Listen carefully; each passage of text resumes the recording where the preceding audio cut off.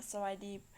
พ่อแม่พี่น้องหมู่เพื่อนทุกผู้ทุกคนเนาะมื้อนี้ก็มาพบกับซองบีแฮปปี้ออเดย์อีกแล้วเนาะมื้อนี้บีก็สิมากินหมี่เผ็ดเนาะสิมาลองกินนี่ก็เป็นครั้งแรกของบีเนาะสิกินหมี่เผ็ดก็เห็นหลายคลิปหลายวิดีโอของคนอื่นที่เขากินเนาะ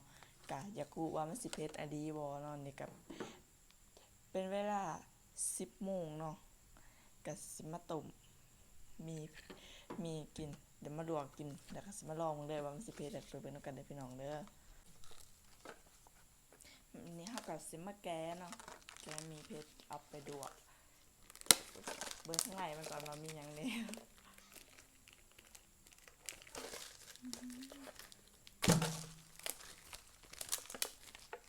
จะมาแกะหยังแกะซาลงอย่างนี้ก็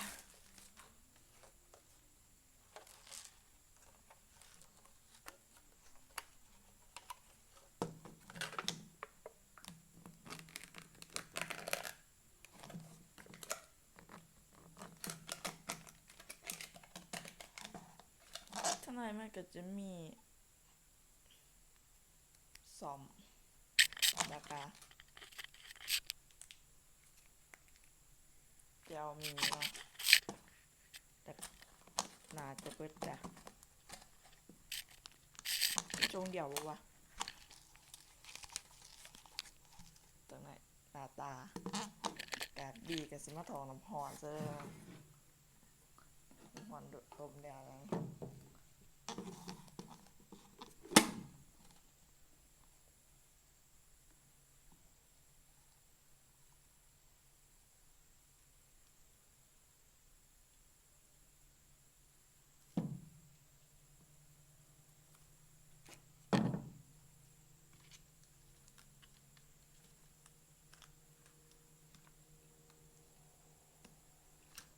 ก็สิถอกน้ำใส่มันเต็มเลยสำหรับพี่น้องเนาะ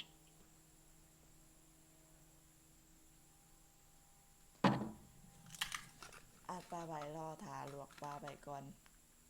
เพื่อบ่ให้เสียเวลาเฮาก็สิไปทอดตีนไก่เลยเนาะบ่แม่นตีนไก่นะทอดขาไก่พี่น้องเนาะไปทอดขาไก่ถาเนาะ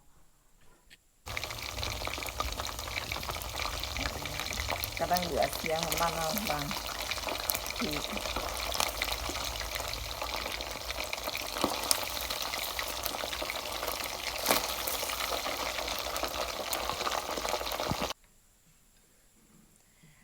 หลังจากที่บีดวกมีมาแล้วเนาะเนื้อที่มาแล้วหน้าตามันก็สิเป็นจังซี่เนาะบีก็สิมาถอกเดี๋ยวมาใส่เลย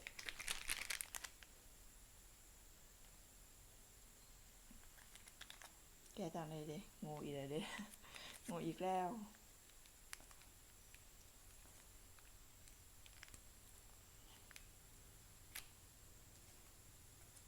ถอกลงไปเลย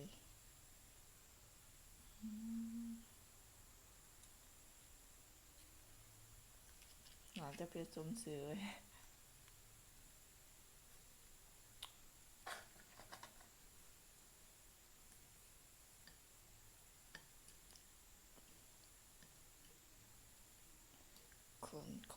คนให้มันเข้ากัน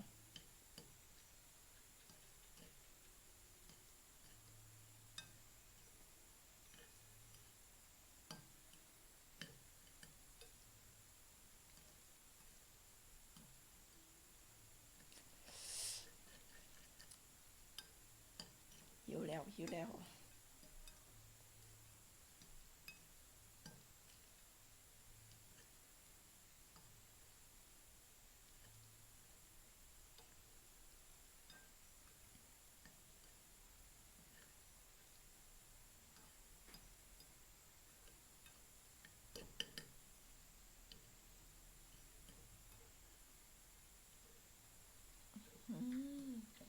นะหลังจากที่คนเผ็ดอ้อยกระเพียกระเพียเพียไปเดี๋ยว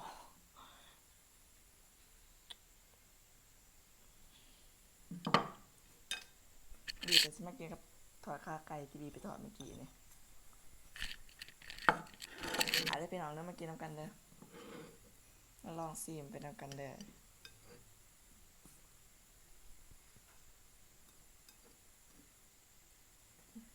ได้กินจะเป็นแห้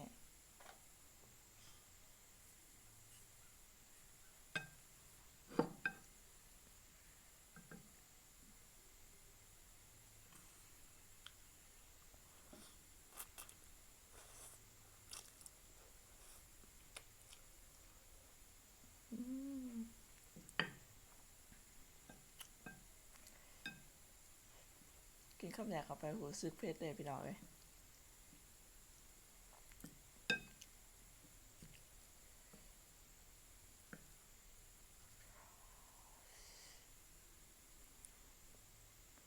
บีก็ใส่ไม่ถูกเก่งไงเนาะ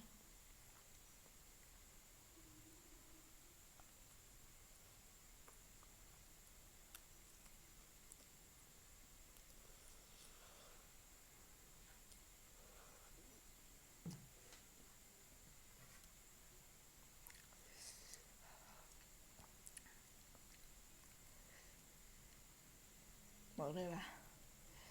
เพชร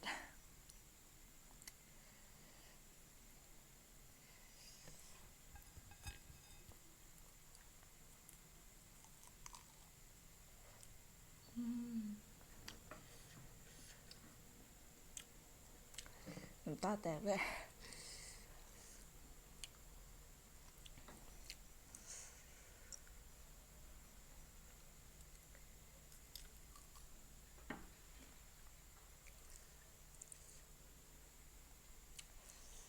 อ๋อจนหายเลย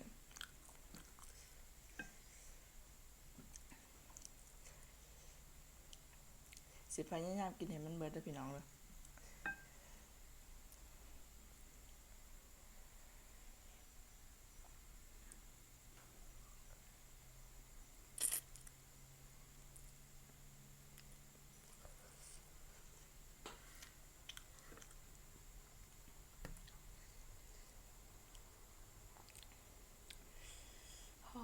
กินมีซื่อๆก็หาย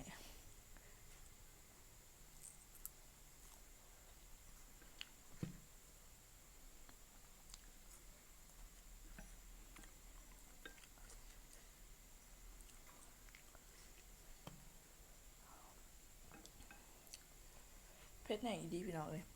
เบิ่งเขากินก็เลยสิว่าเพชรปานใดแต่ไม่กินเองแบบว่าเพชรแห้งที่สุดเพชรแห้งสามกินแบบเพชรแบบ100 เม็ดได้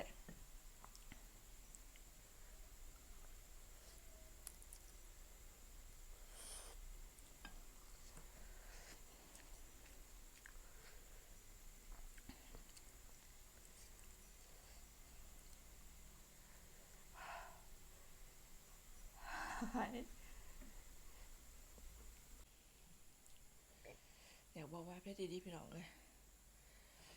กิน3-4 คำน้ำตาแตกเลยโอ้หาย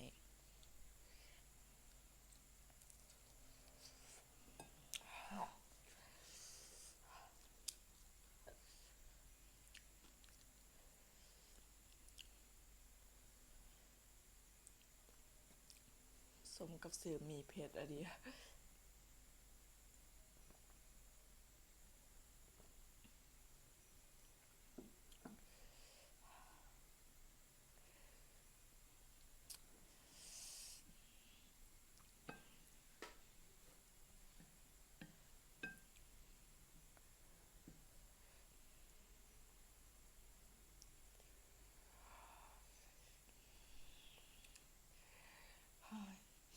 ขอทำใจก่อน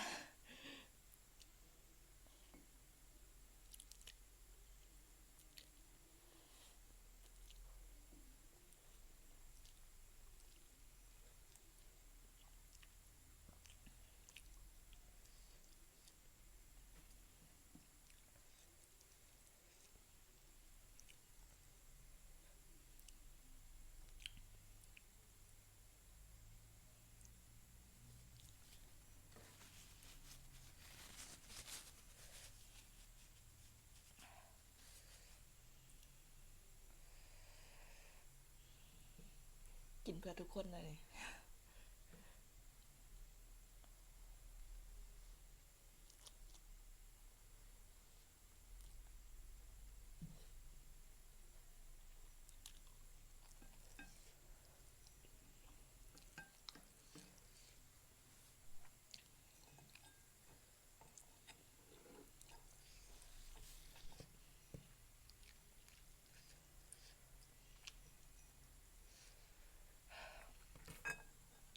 เพชรอดีเด้อพี่น้องเด้อเพชรอดีเมียเนี่ยว่าคือภาษีเพชรป่านเนี่ย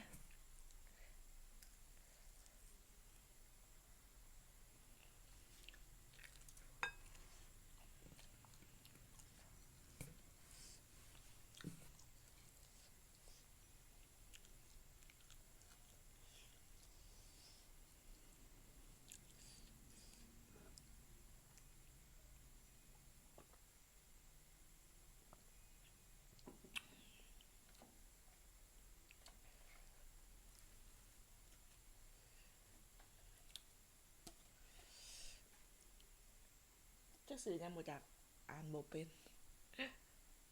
แต่ว่าเพจขนาด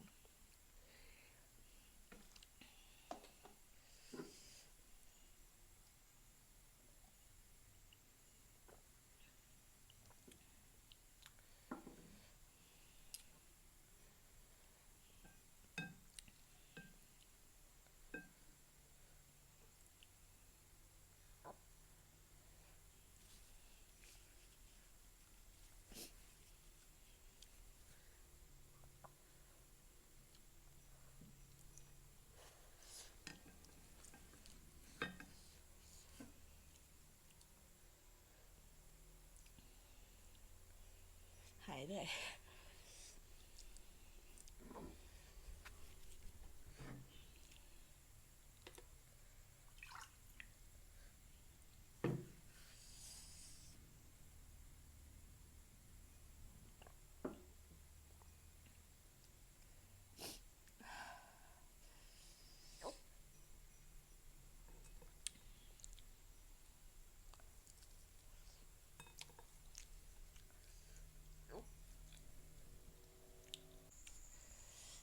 อยากบอกว่ากินมีก็น้ำตาก็น้ำตาพี่น้องเลยเพชรอันนี้บีกินโบเบิร์ตแล้วก็กินโบไว้อันนี้พี่น้องเลยผู้ใดอยากลองกะสื่อมาลองกินได้พี่น้องเลยบอกว่าเฟสอันนี้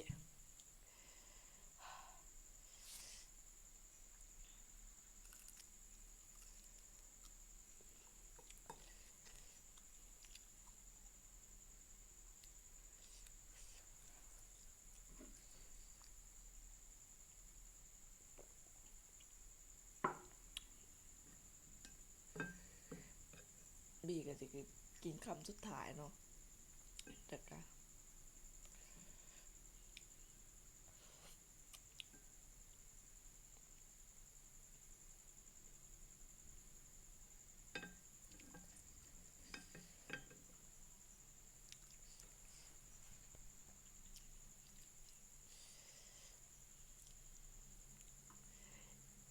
กินมีพอน้ำตา